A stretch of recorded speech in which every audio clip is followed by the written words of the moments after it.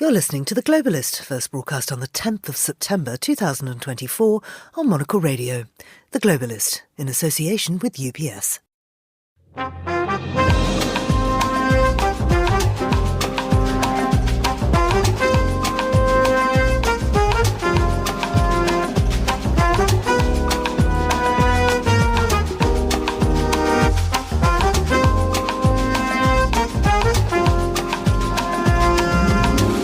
Hello, this is The Globalist, broadcasting to you live from Midori House in London. I'm Georgina Godwin. On the show ahead, the Arab League is meeting in Cairo, joined by Turkey for the first time in 13 years. We'll examine Ankara's re-engagement with the bloc. Then, China's economic prospect remains positive in the long term, with our supersized market based on over 1.4 billion people continuing to show tremendous growth potential. The Prime Ministers of both Spain and Norway are in China. Can they dial down the fractious rhetoric around trade between the EU and Beijing? Plus, DRC's Ministry of Health plans to begin deploying the vaccines this weekend. As vaccinations for mpox arrive in the Democratic Republic of Congo, we'll look at the tough choices underdeveloped nations pay to prevent global contagion. Germany has announced it will temporarily close all its land borders in an attempt to halt illegal migration. We'll find out how that's been received by its Schengen neighbours. We'll have a flick through the front pages and a roundup of aviation news before heading to California to join our tech correspondent fresh from Apple's launch of a brand new iPhone, AirPods and a watch that can detect sleep apnea. That's all to come here on The Globalist, live from London.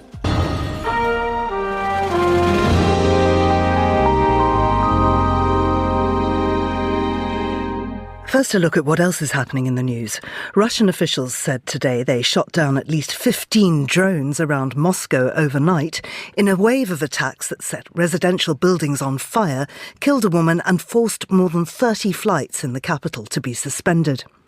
North Korean leader Kim Jong-un said the country is now implementing a nuclear force construction policy to increase the number of nuclear weapons exponentially, state media KCNA announced earlier. And tonight, the US presidential candidates Kamala Harris and Donald Trump, who've never met, will face off in their first and possibly only television debate. Do stay tuned to Monocle Radio throughout the day for more on those stories. Now, foreign ministers of 22 Arab nations are gathering in Cairo for the 162nd regular session of the Arab League today, which includes countries such as Saudi Arabia, Bahrain, the UAE, and, as of last year, Syria. Turkey will join the group for the first time in 13 years. Well, I'm joined now by Bill Law, who's Middle East analyst and editor of Arab Digest, and Victoria Craig, a journalist in Ankara. Welcome to you both. Victoria, I wonder if you could tell us about the relationship between Turkey and the Arab League and how that's been changing. Yeah, so it's been, as you say, this is the first time in 13 years that Turkey has been invited to participate. And this is just as much economic as it really is geopolitical for Turkey, its attendance today. The last time it attended was right after the Arab Spring, which was a series of pro-democracy protests that really rocked the region. And since then, Turkey has been on the opposing side of many regional powerhouses in this bloc. And this was really on display back in 2013 when Turkey and Egypt ended diplomatic relations following President Erdogan's condemnation of a coup led by Egypt's now President Sisi. The UAE and Saudi, by contrast, were quick to back Egypt's Sisi, which set up a long simmering row with President Erdogan here in Turkey. But over the last couple of years, Turkey has taken small steps to try to cool tensions, not only with Egypt's President Sisi, but the wider region as well. And in fact, Sisi made his first visit to Turkey in 12 years last week. And all of this is because President Erdogan wants to continue to be seen as really a regional power broker, someone who can mediate between countries in the region and others in the West, but also because Turkey's economy is in desperate need of foreign investment, which he'd really like to capture from places like the Gulf. And he's made little steps toward that over the last couple of years. So all of this sort of has come together and really fueled Turkey's desire to want to mend fences and build bridges with the countries in the Arab League. Bill, why does it benefit the Arab League to have Turkey on sides again? Well, I think one of the ways it benefits the Arab League, and particularly powers like Saudi Arabia and the United Arab Emirates, is that part of the price that Turkey's paid to get back into the club, if you will, is that it's leaned very heavily on Islamists, and in Ankara and in Istanbul, after the Mohammed Morsi coup, he was overthrown by Sisi. A lot of these chaps headed off to Turkey, and Turkey became a haven for them. Now the Turks have come down hard on the Islamists. That has won the approval and the backing of the Saudis and the Emiratis, and of course Egypt. So I think that is a bonus and a win for the powers in the Arab League. I don't want to put too much emphasis on how much influence the Arab League has, because this is for years, for decades, it's kind of a gentleman's club, if you will, that talked a certain amount but never walked the talk in any significant way. I think this time is different. The fact that Turkey is engaged and involved signifies that this time the Arab League is looking at some pretty potent and important issues, particularly look at all of the wars that are going on in the region. You've got Sudan, you've got Yemen has quieted down, you've got the whole situation with Hezbollah and Israel. Syria, just yesterday the Israelis hit Syria hard, and the Syrians are saying very strongly, you took out civilian facilities, you took out electricity, and you killed civilians. Previously, the Syrians have kind of backed off and not made too much of a bellyache about what the Israelis have been doing, hitting Hezbollah and Iranian targets inside Syria. That's changing too. So the context, I think, is heating up, becoming more heavily political in ways that perhaps we haven't seen with the Arab League in a long, long time. Yes, and Victoria, Bill was just talking about all those different conflicts. Turkey's delegation, I understand, will be focusing very much on Gaza. What's Turkey's desired outcome? Yeah, that's a really big priority for Foreign Minister Hakan Fidan today, and it really has been a huge talking point for President Erdogan since October 7th and the aftermath of the ensuing war in Gaza. One of the big purposes is to sort of coalesce behind the Palestinian cause and anger toward Israel for its response to the October 7th attacks.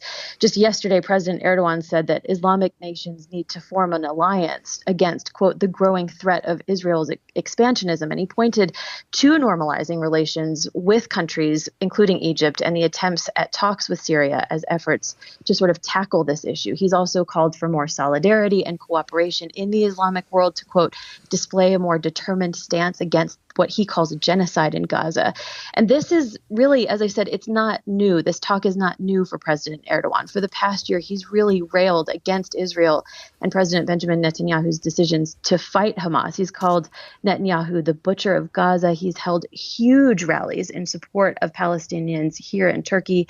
He sent lots of aid to Egypt, but he stopped short of really taking, I guess, what we could call physical action to help people in Gaza. And that's a sore spot among some people in Turkey who feel that President Erdogan could be doing more than just talking tough. And perhaps President Erdogan and Foreign Minister Hakan Fidan feel that this summit is really a chance to build this coalition of some sort to make a meaningful difference. It's a chance for President Erdogan even to take a bigger leadership role in this effort, to sort of get all of these nations on side and to really fight against, what they feel is a big wrong in the region. I mean, Bill, how can the League make a meaningful difference and transcend its reputation as just a talking shop? Well, I think one of the ways that it can make a difference is it can put pressure on those countries that have normalized with Israel, particularly the Emiratis, Morocco, Sudan, of course, Bahrain, and say to them, look, you can use your political clout, you can threaten to cut the normalization ties with Israel. You can take a stronger diplomatic approach. And I think this time, because of what's happening in Gaza, because of the genocide that's going on, there is a real urgency now that perhaps didn't exist before. The thing that's going on here is that these governments, these regimes, have been rather quiescent about the war in Gaza, but the people that they rule over are very much on the side of the Palestinians. They want their governments to make a much stronger statement. So I think the expectation is that they will want this Arab League to come out with a much stronger position. They will want the Arab League to denounce Israel in very clear and very strong terms. They want a statement about the genocide. I think this is the time, and of course, Turkey is important to that role, and Erdogan sees an opportunity. I think that's a very good point to make. So there is a lot at stake in this particular Arab League meeting. Yeah. And Victoria, as you say, I mean, this is all part of Turkey's desire to become globally significant. It's part of NATO. It's expressed an interest to be part of both the EU, the Shanghai Cooperation Organization, and the BRICS bloc, led, of course, by Russia and China. And I just wonder if it's possible to maintain all those relationships and the Arab League simultaneously, and what Turkey's motivation is for that. Yeah, that's a great question. And I've been putting that to a lot of experts over the past couple of weeks as we've been hearing rumors about Turkey's growing desire, I suppose, to join BRICS. And the BRICS membership is sort of an interesting question because, as Bill said, sort of the Arab League, BRICS is sort of viewed in the same way as it's sort of a gentleman's club, to use his term. You know, there's no economic sort of requirements to join. It doesn't give preferential treatment, as we can look at other areas where Turkey is well connected, like with the EU, where it's in the common trading area, so it has access to all of those markets. And with NATO, as you say, that's been a really important membership for Turkey. It's one of the biggest militaries in NATO. It's been seen as Turkey has been seen, Erdogan has been seen as sort of its negotiator in the region. You know, importantly, we saw him negotiate that all-important grain deal to get critical food supplies to places like Northern Africa after the war in Ukraine started. He was the only person who could get Russia and Ukraine around the same table. So I think this is sort of how all of these blocks, all of these groups are sort of seeing Turkey in this way. It's certainly how President Erdogan hopes that they see him, as sort of the only person who can always really walk that fine line between East and West. He's got, you know, the friends in the West through his NATO membership and, ties to the EU, but also he's maintained very close cooperation with President Vladimir Putin of Russia and with China as well. So I don't think, from what people have told me, it doesn't seem like membership in any one bloc will compromise membership in another. It's just sort of, you know, Turkey can sort of have its hand in all pies, so to speak. Victoria, thank you. That's Victoria Craig and also Bill Law. Thank you both very much. This is The Globalist.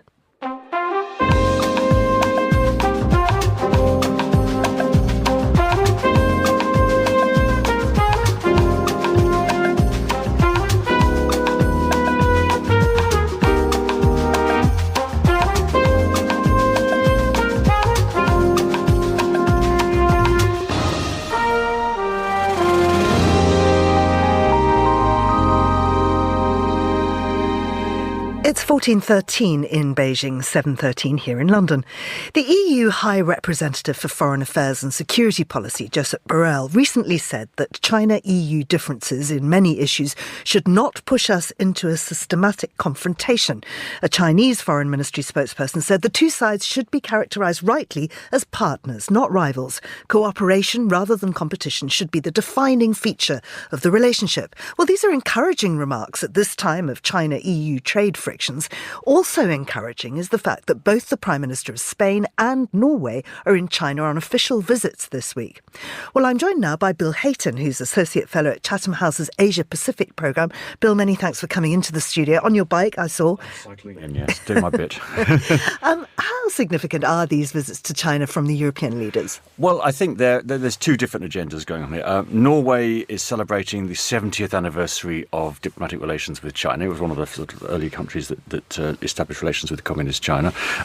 And the Spanish trip, I think, is much more fraught because that's where a lot of the action about tariffs on trade is happening right now, all to do with the EU's fears that its entire car industry is about to be destroyed by China. So in terms of Spain, do you think that that's the sort of vanguard of Europe attempting to reset the relationship, and would that be welcomed by China?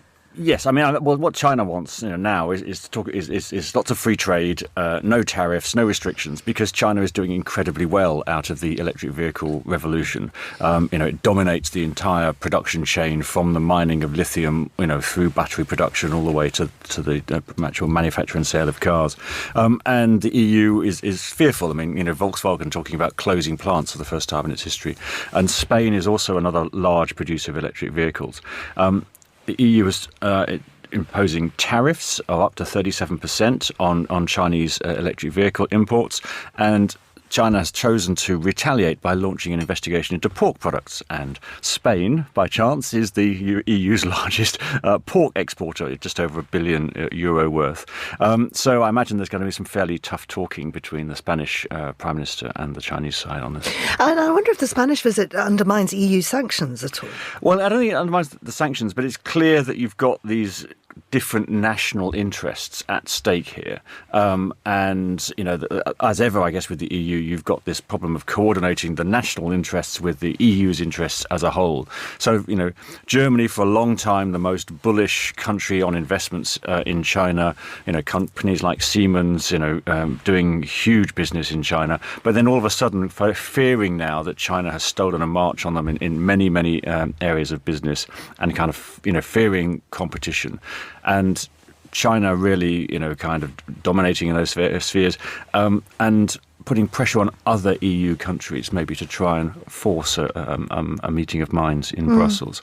And is the fact that Norway isn't a member of the EU and is right there at the same time setting up some kind of, competition, I suppose? Well, yes, I mean, Norway is also, part of the European single market, and importantly also a NATO member country. So I think maybe some of the talks there might also have a security element to it as well. But I think China likes to play this kind of divide and rule game with the Europeans. It's 16+1 architecture that it used to have, kind of mixed countries that were inside the EU and outside. And China, I think, is much happier dealing with nation states than it is with dealing with blocs and alliances of countries. And I think it likes, in the same way that it's worked with, say, Hungary to kind of undermine EU unity, or it's worked in Southeast Asia with Cambodia to undermine Southeast Asian unity. It's much happier kind of being able to use its massive size against these European countries' relatively small size to get its way. Well, of course, it's strengthening its military ties with Russia. I wonder if you could tell us more about the Beijing and Moscow joint military drills. Well, these have been, growing and growing in scale and complexity, for many years. They go back a long way. I mean, I can think of, 2015, 2017, we had a couple of Chinese ships sailing through the English Channel to join Russian naval exercises in the Baltic, and we've seen Russian ships do the same thing this year. We've seen drills in the Indian Ocean. We've seen drills off the Alaskan coast. I think this is... It's wrong to call this an alliance, but it's clearly China shoring up its relations on its northern border. And you have to remember, it's not all plain sailing between China and Russia. Simply because they both have their differences with Europe and the US doesn't mean that they are, kind of easy with each other. There's a lot of competition between them in places like Central Asia. So in some ways, this is a sort of confidence-building measure, but it's also clearly a warning to Western countries and a sign that China makes its own choices and isn't going to be told what to do by the US or the Europeans. I mean, NATO says China's become a decisive enabler of Russia's invasion of Ukraine. So with Europe firmly on the other side of that conflict, can any amount of trade agreement salvage the relationship with the EU whilst Beijing is siding with Europe's enemy? Yes, I mean, I think the Chinese would say they're not siding; they're just, they are, obeying sanctions. And I think it's fair to say that, Chinese banks, for example, have tried to avoid, direct transactions with Russia. But clearly, Chinese drones are appearing in Russian military hands, and all kinds of other enabling technologies are being, transported to Russia. So yes, the Europeans would absolutely want, the Chinese to take a much firmer desire to much firmer action to stop, the Russian invasion. But I think the Chinese see this as what they absolutely do not want to see is the defeat of Russia, and so they will try, I think, to use these visits alongside the economic things to try and talk about some kind of maybe ceasefire, setting with no decisive result of the war one way or the other. Bill, thank you very much indeed. Now, still to come on the programme, artificial intelligence now in your pocket. Apple Intelligence will supercharge these experiences and so many more.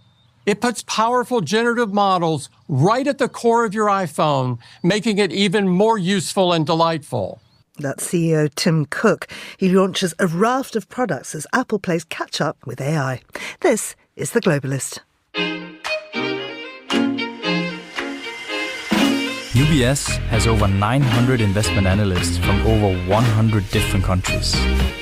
Over 900 of the sharpest minds and freshest thinkers in the world of finance today.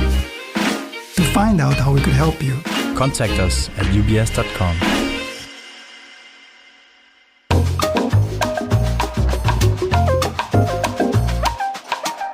It's 7:20 here in London. You're listening to The Globalist with me, Georgina Godwin, and joining me for the first time in the studio is Mark Paul, who's London correspondent for the Irish Times. Welcome to Monocle, Mark. Good morning, Georgina. How are you? I'm very good. It's lovely to have a fresh face here, bringing us, well, they're not all Irish stories, but certainly we're having a look at some of the Irish papers too.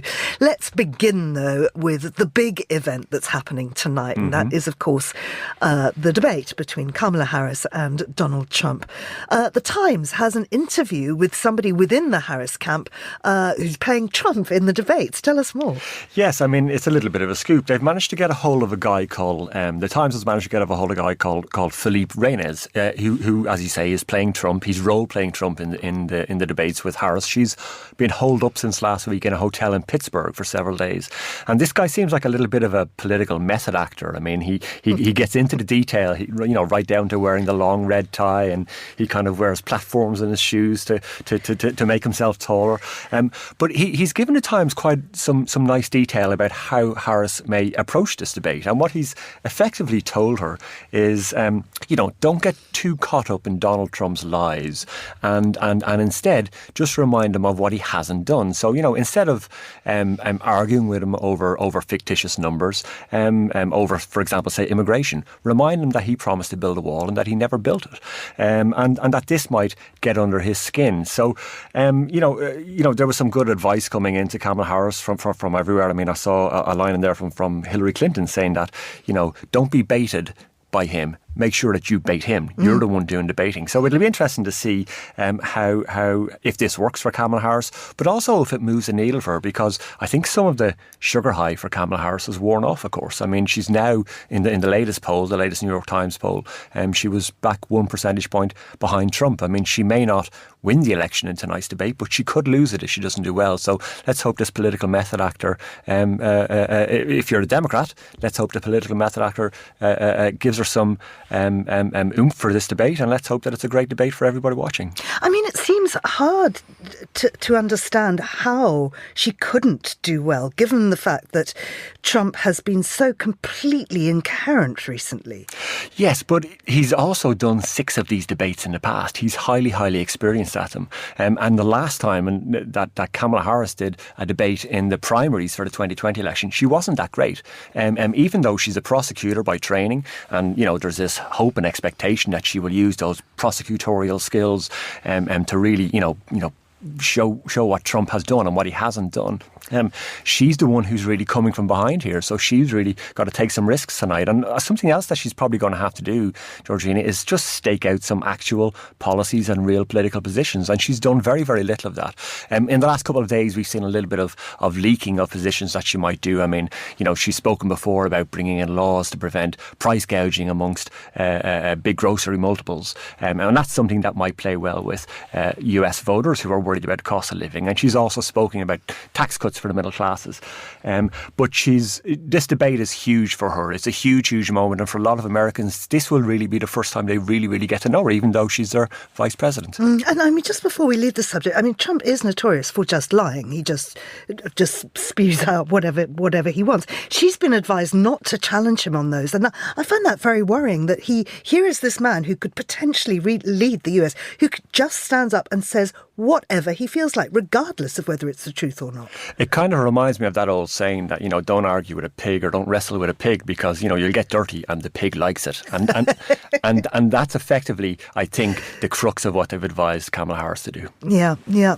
Well, of course, if Trump does win, that will have global ramifications. The EU is looking at that. They want to bolster their defence fund to end reliance on the US in just that case. Yeah, that's right. There's a story in the Daily Telegraph. It's on page 13. So unlucky for some, there's a kind of a warning at the top of this story that, it's that kind of NATO warning that Europe might only have 3 years to prepare for a Russian invasion. So listen, don't be relying on the US security umbrella to protect everybody.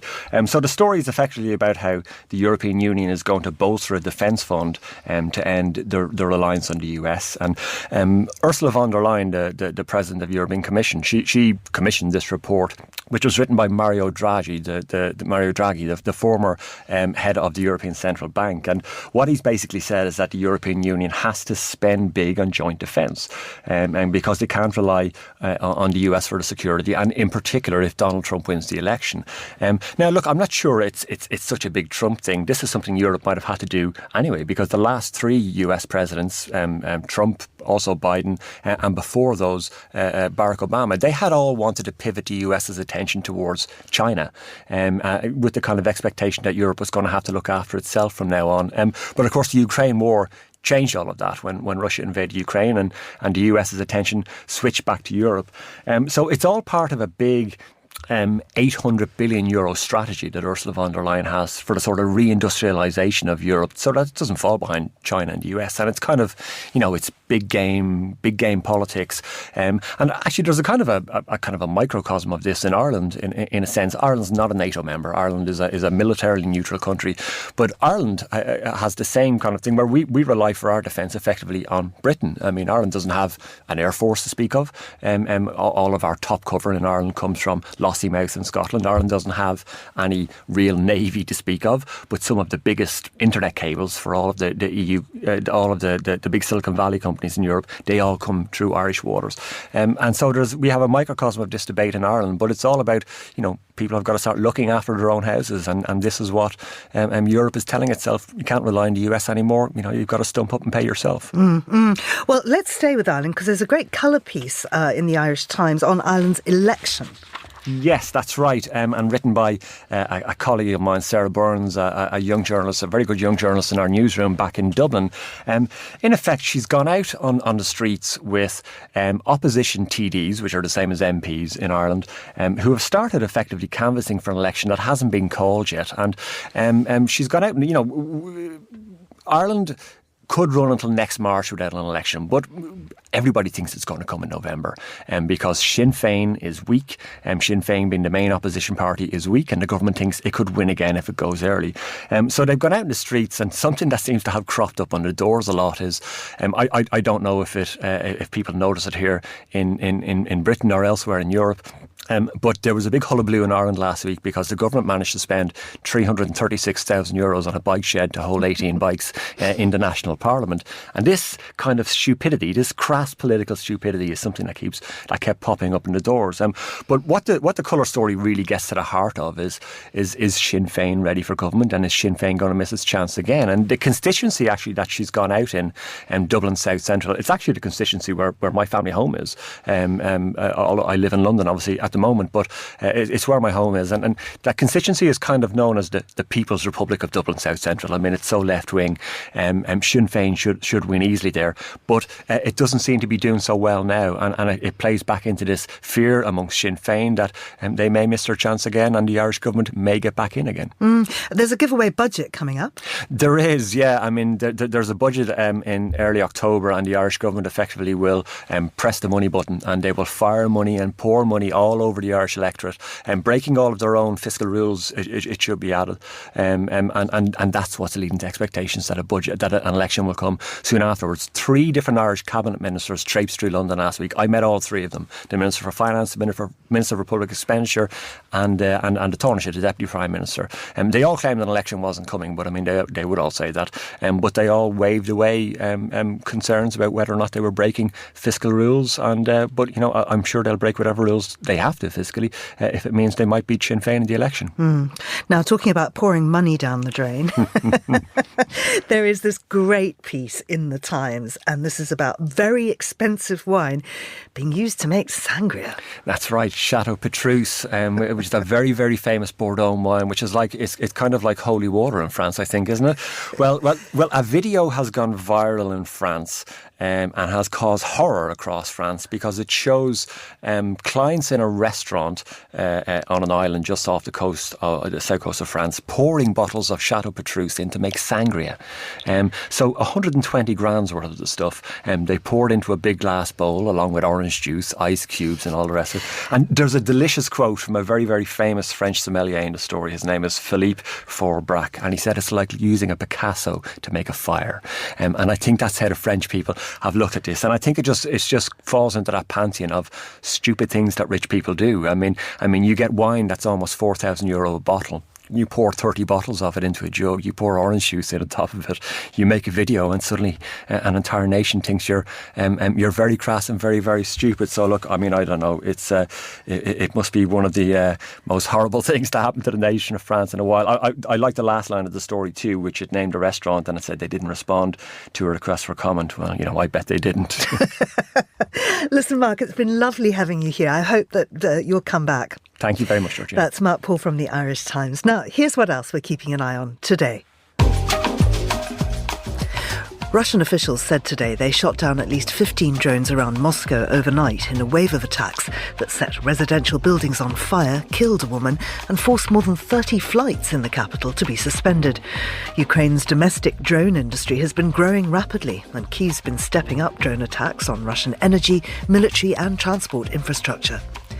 North Korean leader Kim Jong-un said the country is now implementing a nuclear force construction policy to increase the number of nuclear weapons exponentially, state media KCNA announced earlier.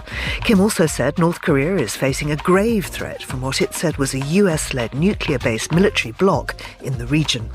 And tonight, the US presidential candidates Kamala Harris and Donald Trump, who've never met, will face off in their first and possibly only television debate. Police are bracing for protests, with pro-Palestinian groups angry with Harris's continued support of Israel, planning to demonstrate. Barricades have been erected around the National Constitution Centre in Philadelphia, the site of the debate. This is The Globalist. Stay tuned.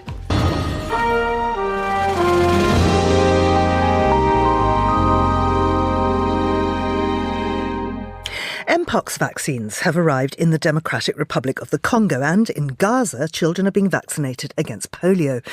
But at what cost? As the world tries to avoid contagion from these diseases, what is the cost to the DRC and Gaza? Both countries may have had more pressing needs and more urgent health concerns which don't threaten other nations but have significant effect on the local population. Well, Janice Q is a healthcare reporter for Bloomberg based in Johannesburg and has been writing about precisely this subject. Janice, I wonder first of all if you can just remind us what mpox is, how it spreads and how prevalent it is. Mpox is a disease that's endemic in parts of Africa.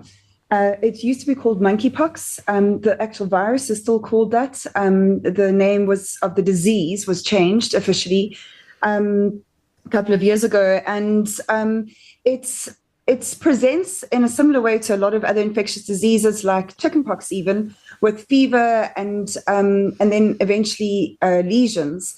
And it can be quite contagious at that point. It is preventable with vaccines, but it was the vaccines are not readily available.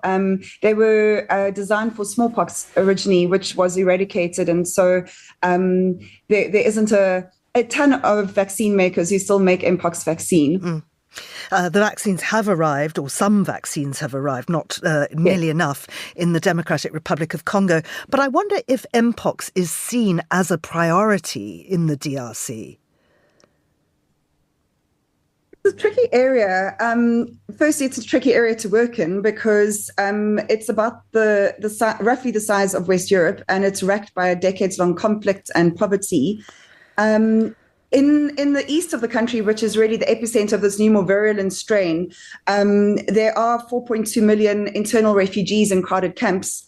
And so it is a priority because a lot of the data that is being collected, and there isn't a lot of rigorous testing at this stage.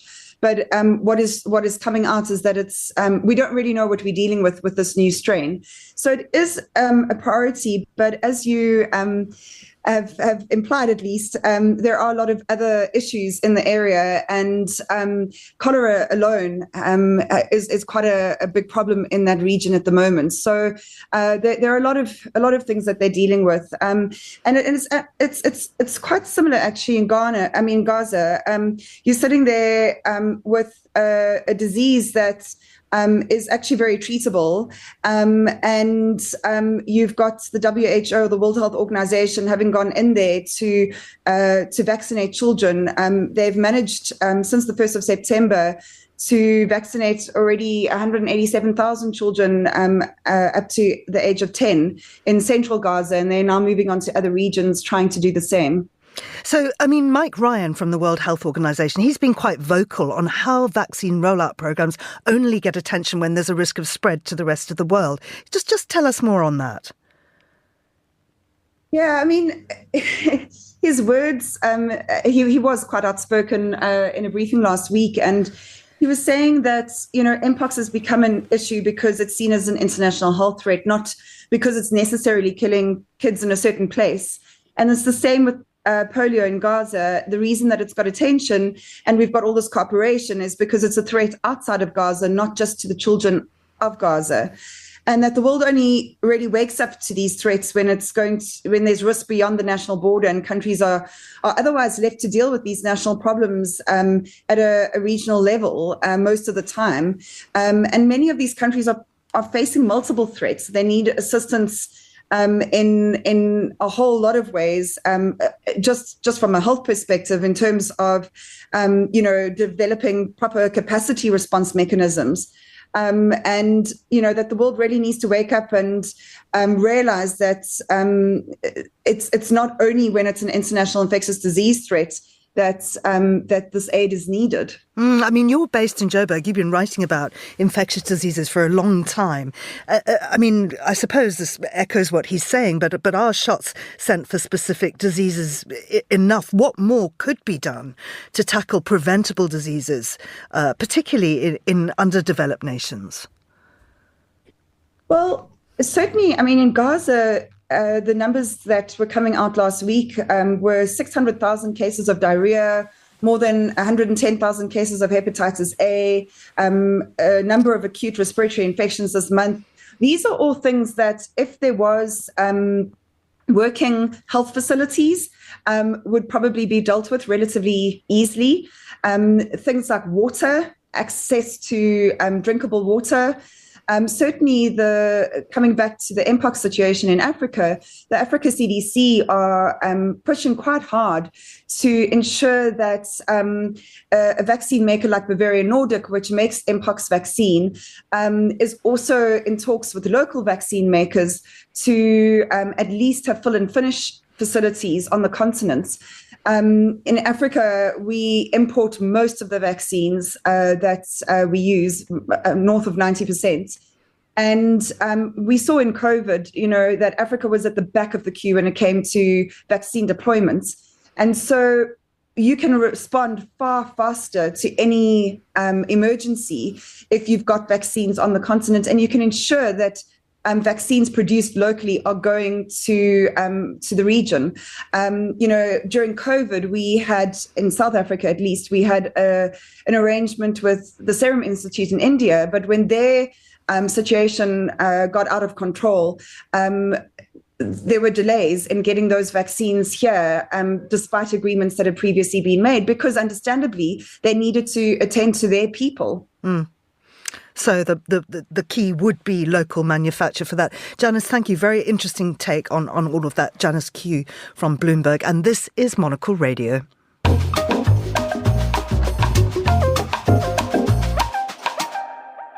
It is 8:38 in Berlin, 7:38 here in London. Now, immigration continues to be a hot topic in Germany.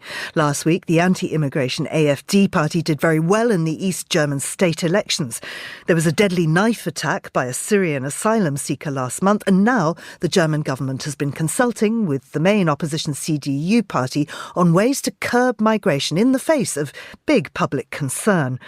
Well, the solution, at least temporarily, seems to be placing controls on all land borders. Suda David Wilp is director of the German Marshall Fund's Berlin office. She joins me on the line now. Suda, good to have you back with us again. Can you tell us more about these temporary border measures? Good morning, Georgina.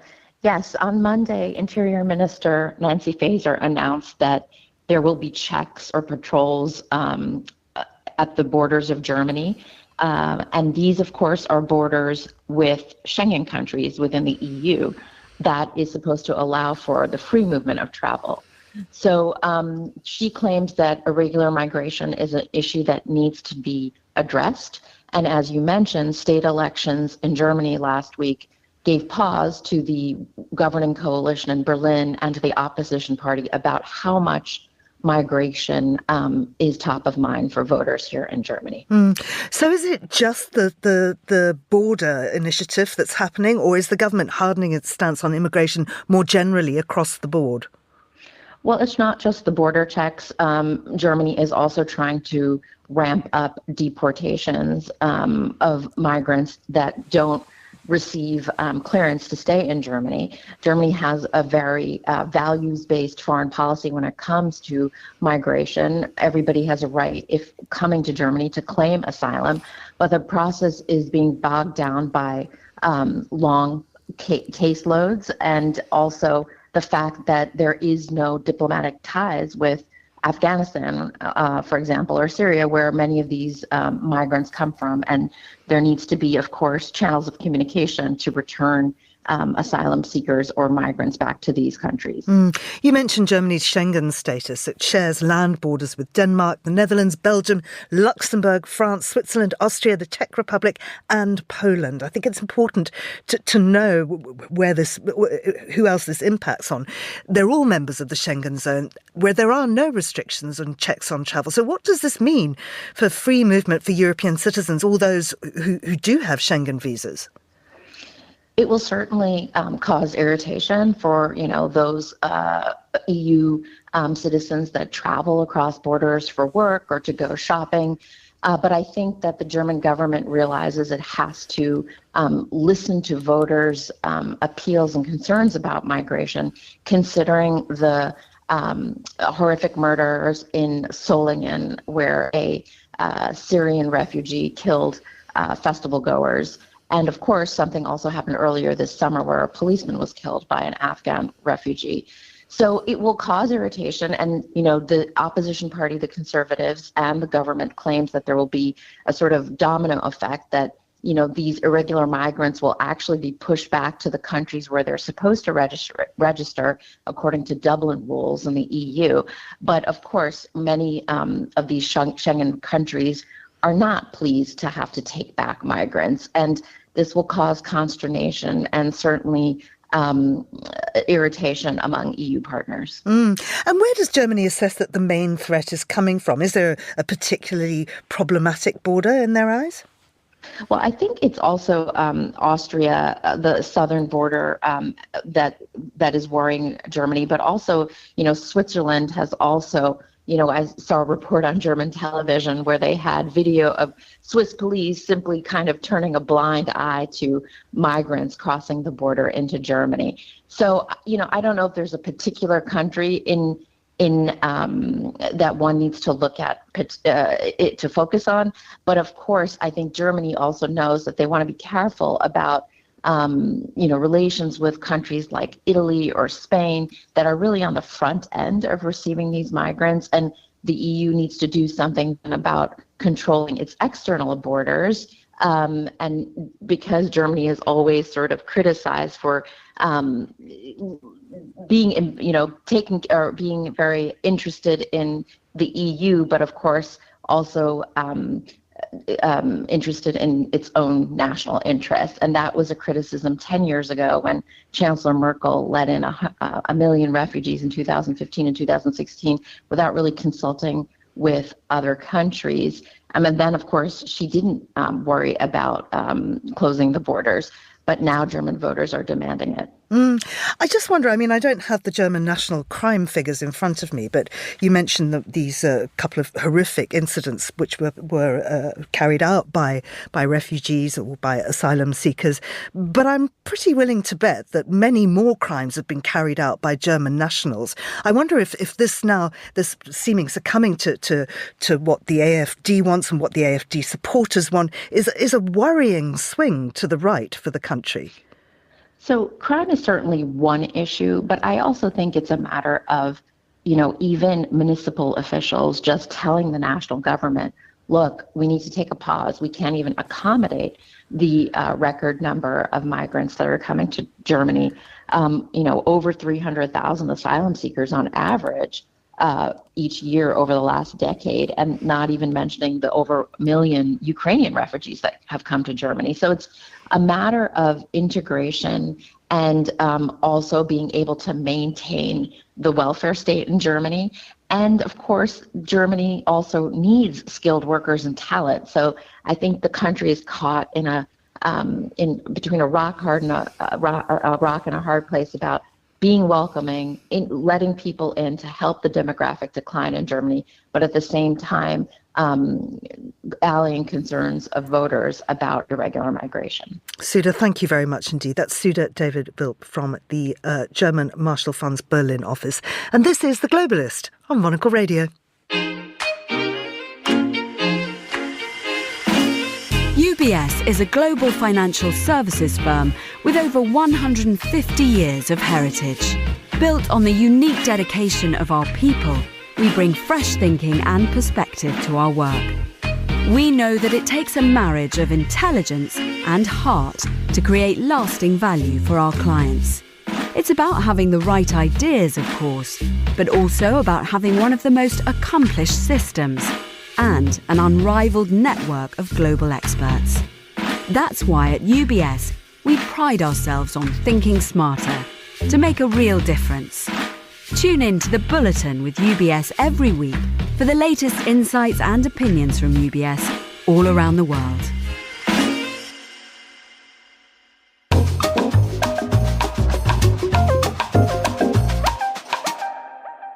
Now, exciting Apple news as the company holds its annual iPhone launch. David Phelan is Monocle's technology correspondent. He's been at Apple Park in Cupertino.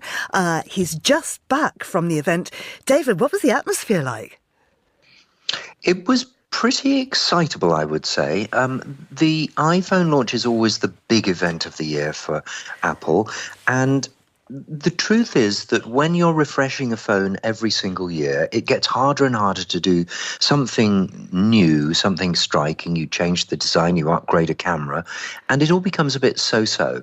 What was different today was that it included Apple Intelligence, which has been talked about for a bit, but they talked about it a lot more today, and how it's going to revolutionize how we use our phones. And certainly there are other AI features from other companies, but Apple is focusing on simple, straightforward ways to improve our lives. So tell us more about that. How is it going to incorporate AI? And is it maybe a bit creepy? No, I hear what you're saying, because it'll be able to do things like, I don't know if you've ever had a message from someone and you go looking for it and you can't remember if it's on Instagram or WhatsApp or email or phone messages. You don't remember how it came in. You'll be able to say to your phone, either speak or text it in to say, remind me what my mom said in the last message. And it will go through all the things on your phone, and it'll find that message that you were looking for. If you can give it more details, it'll come up with more specifics. And the reason that could get creepy is if it was all going off to the cloud and your privacy was not being respected. But Apple has always been very big on privacy, and so almost everything is done on the phone and no one else comes across what you're doing. So how many phones did they actually launch this time, and how do they kind of measure up in the market? Yeah, I think that's a really good question. For the iPhone 16, a larger version called the 16 Plus, and then 2 Pro phones, the iPhone 16 Pro and the iPhone 16 Pro Max, which is obviously a larger version as well. And I think the Pro phones are considered to be absolutely at the cutting edge of phones from any brand. And the iPhone 16 and the bigger one, the 16 Plus, are sometimes considered to be maybe not quite so cutting edge, a little bit behind. But what was interesting, I thought, this year was because Apple Intelligence will work just as well on the iPhone 16 and the iPhone 16 Pro, and because the camera has been improved on both phones, actually the gap between the 16 and the 16 Pro is way closer than it was between, say, the 15 and the 15 Pro. So for a lot of people, I think they're not going to go ahead and spend the extra more than £100, more than $100 for the upgrade to the Pro phones, because now the regular phones do so much. And in terms of what else other manufacturers are making, does this compare price-wise and efficiency-wise? Well, I think it's a fair question to ask, because the iPhone 16 is the same price as the previous, the iPhone 15. It starts from £799, $799 in the US. And you can get cheaper phones, for sure, that do almost as much or even do more. One of the things about the iPhone 16 Pro is it has this thing called ProMotion, which means that the refresh rate on the phone can be changed so that if you're scrolling through a menu, it looks really smooth. If you're looking at a still picture, it brings down the refresh rate to save battery life. That's a great feature. A lot of phones have that, but the iPhone 16, the regular one, does not. And that's, for an £800 phone, you might think that they should be increasing the screen quality. Apple pushes back and says, no, it's a Pro feature. But these days, it is beginning to look like maybe the regular iPhone should have that as well. Now, there were new AirPods launched too. Yes, and this was very interesting. They launched AirPods 4 and AirPods 4 with noise cancelling. Noise cancelling has previously, for earbuds, only been on the AirPods Pro from Apple, also on the big over-ear AirPods Max. But so now it's going to be in the regular AirPods if you pay a bit more and you want the higher version. If you're not bothered about noise cancelling, and noise cancelling on AirPods is very good, you can get a cheaper version of AirPods. So I think they're working to make sure there's something for everyone. AirPods are obviously one of the best in-ear headphones you can get. So to be able to choose whether you want noise cancelling or not and pay accordingly will be a benefit. The over-ears were also refreshed, but with very little change. They've changed the connector from Lightning connector to USB-C, which is more widely used, and they come in new colours now. But apart from that, there's been no change. And the Apple Watch. This looks really good. It's 10 years to the day yesterday since Apple first announced the Apple Watch. And the new one, Series 10, comes in new colours and has the biggest screen ever of any Apple Watch, including the Apple Watch Ultra, which was previously the biggest screen. It's still the biggest case size, but because they've slimmed the bezels and changed the design, the Series 10 is actually able to have a bigger screen. And it now comes in 2 materials, aluminium, and instead of stainless steel, titanium, which is much lighter. So if you want to get the most deluxe Apple Watch Series 10, you can find that it's much lighter. It's already much thinner. It's the thinnest Apple Watch they've ever made. It's not that thing that I mentioned earlier about how it's difficult to change a phone every year, that sort of applies to a watch as well. So the only big new feature was that it will now monitor sleep apnea, which is an important thing to do. If you wear your Apple Watch at night, it'll spot if your breathing is irregular and stops, as it does for a lot of people, and it can tell you. And Apple says lots of people have this without knowing. So if the Apple Watch can tell you, then maybe you can do something about it. Yeah. And David, finally, this was the first time it was held on a Monday. Why? Yes, they haven't quite said, but I think one of the big reasons, you must remember that the CEO, Tim Cook, is a very politically engaged person, or certainly he's connected to politics, but he never states his own politics, obviously. But they knew that Tuesday, the regular day for their announcements, would clash with the big debate between Kamala Harris and Donald Trump, and I think they would have wanted to avoid that. There's also the possibility that tomorrow they're about to be fined billions for not paying enough tax in Ireland. Well, we'll find out about that soon enough, but I think they wanted to get all the good news, the new products, the new Apple Intelligence features out there before there were any complications to the news cycle. David, thank you very much indeed. That's David Phelan there, our technology correspondent, speaking to us from California.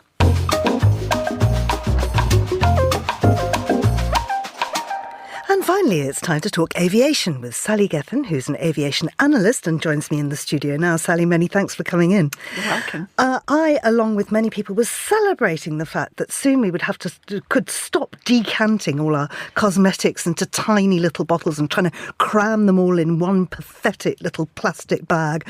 And now that's being reversed. Tell us why. Yes, I'm in the same boat as you there. Well, it's been stop-start with this whole business of these new security scanners, very high-tech CT scanners that were supposed to be rolled out across Europe and the world. And it's been a major headache for airports because they cost huge amounts. And you know, obviously security is the top priority at airports these days, but it's very confusing for passengers. And now what's happening is that within the EU that a new rule has come in that these new scanners cannot operate anymore. There's a technical issue with them. In the UK, this was also halted in the summer. So everybody now, we all have to go back to what's called the tiny toiletries rule, where you have to put everything above 100 millilitres in separate bags in containers, and also with your laptop, you have to get that out and so on. And there's no end date in sight for when the rule will be lifted again. So there's a lot more work that needs to be done. Yeah. Let's talk about Cathay Pacific now. There was an in-flight incident and that's triggered various engine inspections. Yeah, so, it was a very concerning incident, actually. Thankfully, disaster was averted, but a Cathay Pacific A350-1000 aircraft, that's an Airbus aircraft, took off last week from Hong Kong to go to Zurich. And pretty early on, there was an engine issue and a small fire that was contained in the engine, but the engine failed. So obviously the aircraft can still carry on the other engine, but it had to return and could not complete its flight. And as a result, there are inspections going on urgently around the world with that particular aircraft type. And in Europe, the safety agency has ordered inspections. So far, I'm hearing that no other airlines are experiencing issues, but Cathay Pacific has. So the problem is being isolated, it's being dealt with, and there will be minimal risk to the travelling public.